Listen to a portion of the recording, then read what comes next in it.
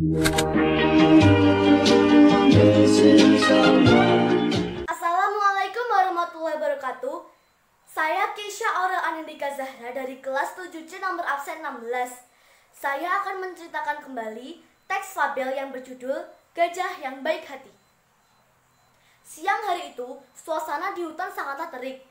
Tempat tinggal si kancil, gajah, dan hewan lainnya seakan terbakar. Kancil kehausan.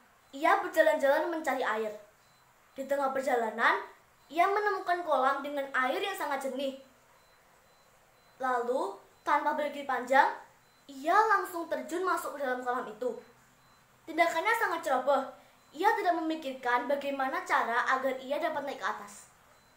Berulang kali ia berusaha memanjat, tetapi ia tidak bisa sampai ke atas. Kancil tidak bisa melakukan apa-apa. Ia hanya bisa berteriak minta tolong. Teriakannya tersebut terdengar oleh sang gajah yang kebetulan melewati tempat itu. Lalu gajah bertanya siapakah yang ada di dalam kolam itu. Kancil menjawab bahwa ialah yang ada di tempat itu. Lalu Kancil berpikir sejenak, mencari akal bagaimana caranya agar gajah mau menolongnya. Lalu Kancil berbohong bahwa ia mendapatkan ikan yang besar dan meminta tolong gajah untuk bantu mengangkatnya. Gajah berpikir sejenak. Ia bisa saja dengan mudah masuk ke dalam kolam itu. Tapi bagaimana dengan naiknya nanti?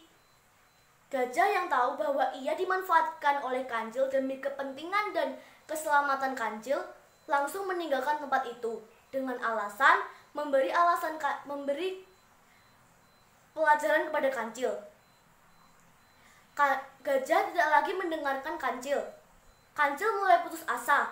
Semakin lama dia ada di dalam kolam itu, dia merasa kedinginan. Hingga menjelang sore, tidak ada satu ekor hewan pun yang mendengar teriakannya. Kancil panik. Ia bisa saja kaku jika berlama-lamaan ada di kolam itu karena kedinginan. Kancil berpikir, apakah ini karma karena ia sering menjahili teman-temannya. Namun tiba-tiba gajah muncul kembali. Kancil pun meminta tolong kembali. Kancil berjanji kepada gajah bahwa ia tidak lagi menjahili teman-temannya.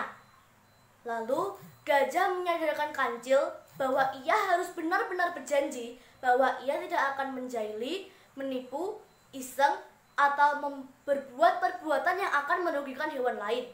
Lalu Kancil benar-benar berjanji. Mendengar itu, gajah menjulurkan belalainya yang panjang untuk mengangkat Kancil ke atas.